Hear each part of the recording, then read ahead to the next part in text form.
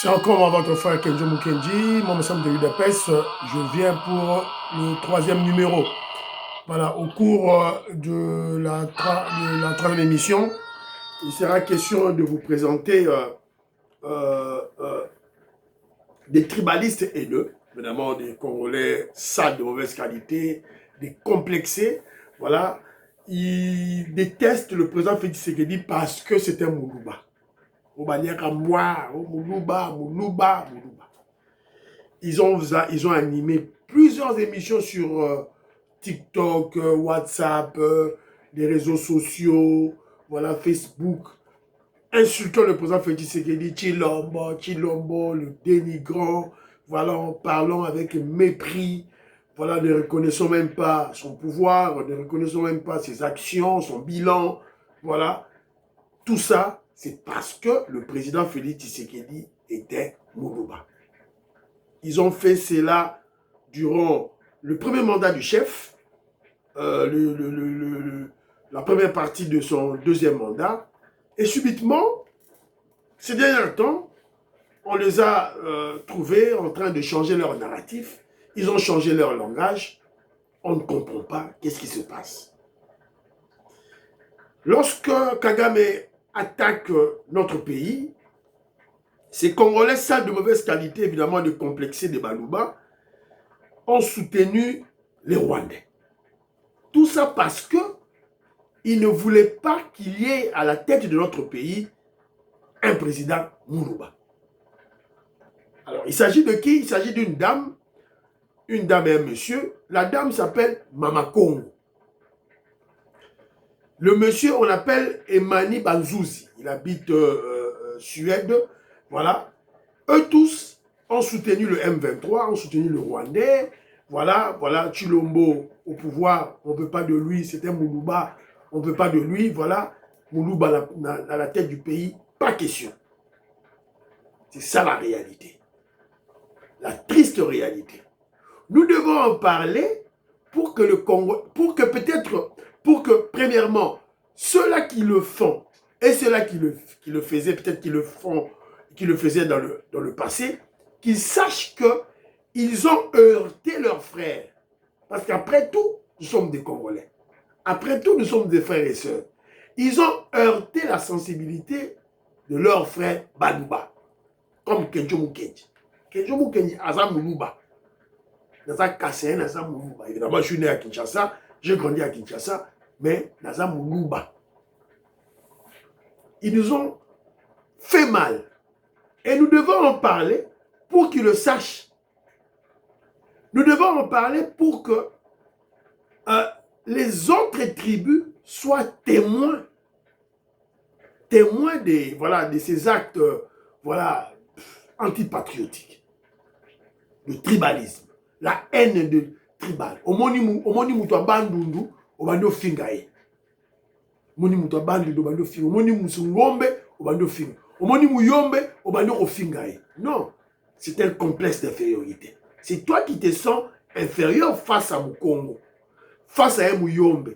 Tu te sens inférieur face à un Mouyaka. C'est ça. Respectons-nous. Respectons-nous. Laissons nos tribus, voilà, et voilà, si vous avez un problème politique contre le président Félix Tshisekedi, laissez sa tribu tranquille. Ce n'est pas tous les Balouba qui le soutiennent. Et d'ailleurs, la plupart des opposants, opposants entre guillemets, la plupart des Congolais sales de mauvaise qualité, des vassaux des Rwandais qui sont utilisés par nos ennemis pour attaquer le pays, pour affaiblir le pays, pour affaiblir le régime. Ce sont des Balouba, ce sont des Kassaïens. Mamaïk Moukebaï, Perolouawa, Bibi Kapinga, ce sont des Balouba qu'on utilise. Laissez notre tribu tranquille. Voilà. Alors, Lelo Awa va changer narratif, va changer langage. Ouais. J'utilise cela dans le cadre de notre communication.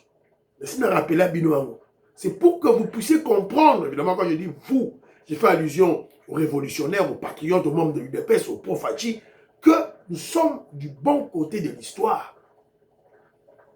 Que nous ne devons pas tomber dans leur manipulation, dans leur intoxication. On doit être aux aguets. C'est la raison pour laquelle Kejo Mukenji initie chaque fois des émissions à caractère de surveillance médiatique. Kejo Mukenji fait des recadrages. Kejo Mukenji, évidemment, je prends voilà, les paroles de nos ennemis, voilà, et j'utilise cela pour notre communication. Alors, Toyoka, Bala Congo. Non, non, Mama Congo. Bala Congo, je salue. Robert Colin Mwanza, je salue. Voilà, la Pessibino Mbote. Voilà, Mouska Bonga Djoubek, président de Sayo, la Pessibino Mbote. Maman Nicole Loukadi, Françoise Odia, Annie Moutamba. Maman Jacqueline Ngoua, je salue. Nili Kabamania, la Pessimbote. Maman Véronique Moutombo, la Pessio Mbote et Sika Ozali. Alors, Toyoka, Mama Congo, qu'est-ce qu'il dit?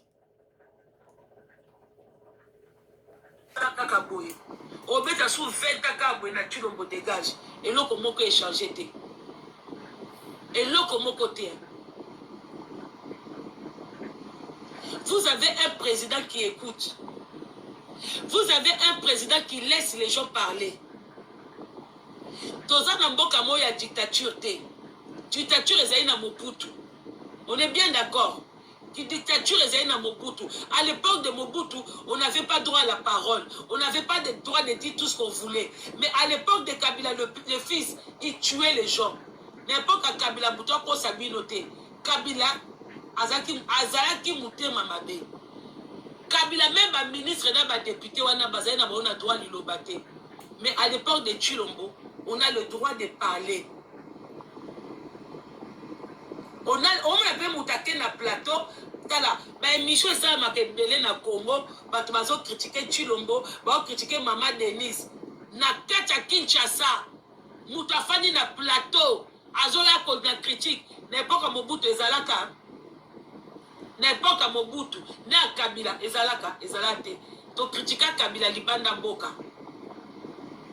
Aujourd'hui, vous avez la possibilité, au salipé vidéo, au poster, au lobby pénal président, pour ça. Tito Kokamamanaye, il va le faire. Il va le réaliser. Mais pour réaliser, il faut que tu arrêtez ça. Arrêtez ça. Arrêtez. Fayoulou, tu as distrait ma Congolais. Aux opposantés, au fond de toi, au yebi, au moment où Fayoulou Boami, Mama Moko. Incroyable. Fayoulou yebi qu'aux opposantés, au yebi très bien. Mais tant nos pères de bataille à Congolais, au lieu de travailler, au lieu de participer, na évolution en Mboka, au lieu de participer, on va te voir, quand on ça la bouée, quand on ça bouée, yozo koko sakaka ba Congolais que aux opposants. Pourquoi tu fais ça? Pourquoi on ça la bombe? Pourquoi vous koko sakaka ba Congolais jusqu'à aujourd'hui? Aux opposants nani? Aux on a poste au pesa batouba na pototé. Bato bosa ba marche bazo kumisa yo croyant que on soit comme président on peut ça bango ba poste on comme nos présidents. Mama Congo. But alaka mutu alamuka. Azaka mutu Fayoulou, mutu a décidé. Le lot a changé. Il y a l'âge qui dit il n'y a que des imbéciles qui ne changent pas. Est-ce qu'elle est sincère? Seul Dieu le sait. Mais Bisso, t'observer. T'observer, revirement naïe à 360 degrés. De Chilombo dégage, à Chilombo reste. De Fayoulou reste, à Fayoulou dégage. Fayoulou, à l'objet on bien boyo qui bien Fayoulou, aux alliés na yo opposanté. Question pour que ne sache pas bilo makambu banakala. Fayoulou, alors la poche à Fatih Béton. Il est au frais. Il est en train de jouer le rôle de ma PC. Mama Congo a lobby Fayoulou. Osa opposanté, osa aventurier. Tika marambosa osala to banda kotonga mboka. Fayoulou, tika ba aventure osala, tika ba aventure osala. Le temps est révolu. Tant on a babilo on les a révolu. Hein? on s'est dit aventure trop d'aventure na ba Rwandais. Il est temps d'arrêter l'aventure na yo. Maintenant, oh, ba pesa yo poste moko o ba la musala. C'est pas moi qui dis, ezali Mama Congo ndaza koloba. Na ba commentaire na bino bo pesa ba aider na bino bo réagir na Mama Congo alobi. Voilà. Alors, la zone la vidéo sugo mususu Bishop. C'est le petit frère au musicien Aimé Kane. Hier, mi bengara Bishop nani mi bengara Bishop et comme on a Emani Bansuzi. Donc a Finga Félix, a Finga Baluba, Finga Lemba. M23 tant que bandit à la sali promotion, à glorifier Nanga, Bertrand Bisimou, à glorifier Kagame, à glorifier Kabila. Ah, Sikoyo a changé Malou. Qu'est-ce qui s'est passé? Donc, moi je crois que Ndokonabiso Oyo et Mani Banzouzi, si il veut être crédible, il doit nous expliquer qu'est-ce qui a véritablement changé. Il faut remettre la mission Masolo, n'a convaincre yé à changer. Parce que du jour au lendemain, voilà, au fingi Félix, au fingi, au glorifié Kagame, au glorifié Rwandais, allez pour ma mort au commis qu'on attaqué par M23. Ouais, c'est bien pour nous. Ça nous arrange. Ça nous arrange et puis ça rend facile notre communication. Parce que tous les éléments na bino. Tous les Congolais. Bon, la bateau va encourager M23. Les Congolais vont encourager M23. Ils vont comprendre que va commettre une erreur. Voilà. On a toujours tout dans la émission là-bas. Tout dans la émission là-bas. Alors, Tolanda.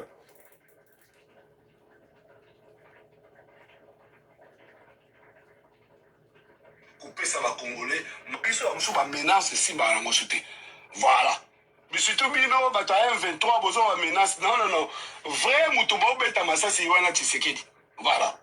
So, bino, wa minduki. So, ba makazi, boke de kisasa, beta Tshisekedi, masasi kuna. Azo, zela bino kuna. Biso, toza mike. Biso, toza na maloba, kaka ko analyser, couper ça va Congolais, maloba, ko solo la. Le Congo, le lenge zali. Goma va ekweya. Na yesa bino koma muke. Goma va ekweya. Une semaine avant Goma ekweya, na zaki na ambassade ya Rwanda. Voilà. Ba service à Rwanda bazawa. Soki ba service à Rwanda bazali awa. Soki ba service ya M23 bazawa. Bon vérifier. Ba oyebi kombo na ngai, bon vérifier. Feti moko ezalaki na ambassade ya Rwanda na Europe awa. Nga nazalaki na niwa. Nazalaki wana. Nazalaki na feti wana. Tozalaki à des Congolais. Tozalaki à des Congolais. Ndeko moso ya Congolais ya muluba na ngai tozalaki wana. Ndeko moko ya Congolais ya muluba na ngai tozalaki wana. Voilà. Après wana tokutanaka bandeko moko. Batu bamonaka ndenge nalobaka bavandi bwe banze. Ezaka kini ya Rwanda. Na banduku yangu bampangi ya mundu bamasamu meno. Bavandi bwe banze. Ezaka kini ya Rwanda. Euta wapi? Vous comprenez? Et là, voilà, basenga kinga yango. So vous remarquez, lorsque Gome Koyaki n'est la comme loba, bavandi bwe banze.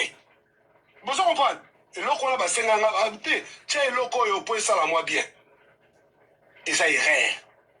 Mais la roloba mingi comme sousou, na oya bisabino ba mususu. Donc, bato bazako loba n'importe quoi awo. Bato ba loba bishop oza nani, bishop nini te, bishop yebi eloko te. Aye, ndeko na yebi makambo. Donc ngala kozala mwana bitinda nanga te. Ngala kozala te oh nanga lobi oui et amen. Non. Soki na moni mabe na koloba. Soki na moni mabe ba lobi yango pe ba rapport lobi yango bien. Les Congolais, Nanga et Joseph Kabila, Baniba comme Kisasa Talobi. Mais groupe a battu Moussou Baboy. C'est que Banani o Baboy, Nanga na Kabila va renverser Tshisekedi na pouvoir. Oh Banani Baboy, Nanga na Kabila va Kisasa va renverser Nani Tshisekedi na pouvoir. Alors pourquoi baboyi? Bango balingi batikana na este, nini botika na este, nini eza na este. Toujours kaka ba or ezoko katia ba frontière, ba diamant, ezoko ba colta, ezoko kene na lobate, pardon, na yimoko. Sans besoin mutu, na koloba pa 4 5 ans de temps na yimoko. Sans. Voilà. Ça na koloba na yimoko na loloba. Na ko expliquer bino. Na ko expliquer bino makamba ba Rwandais na bandango wapi. Makambo ba Rwandais na bandango depuis na 2003. Première fois nous avons un contact na ba Rwandais, ils étaient en 2003. Parmi les bateaux, nous avons un contact na bango, et ça bateau États-Unis sanctionné. Bolandi ba officier moko militaire États-Unis ba sanctionné belé. Et belé ba sanctionné bango. Moko na bango, tous avons un contact na yé depuis 2003. Depuis 2003, tu es banagé jour nini, tu es banagé et c'est jour au film Jesus of film ni Passion of Jésus, Passion de Jésus boui. Boui film on a jour on a de tu es tout ça la connaissance naïe. 2003 2015 voilà, tout ça la connaissance naïe. Donc je n'azana ba contact na ngai, na yebani na batu na ngai. Voilà.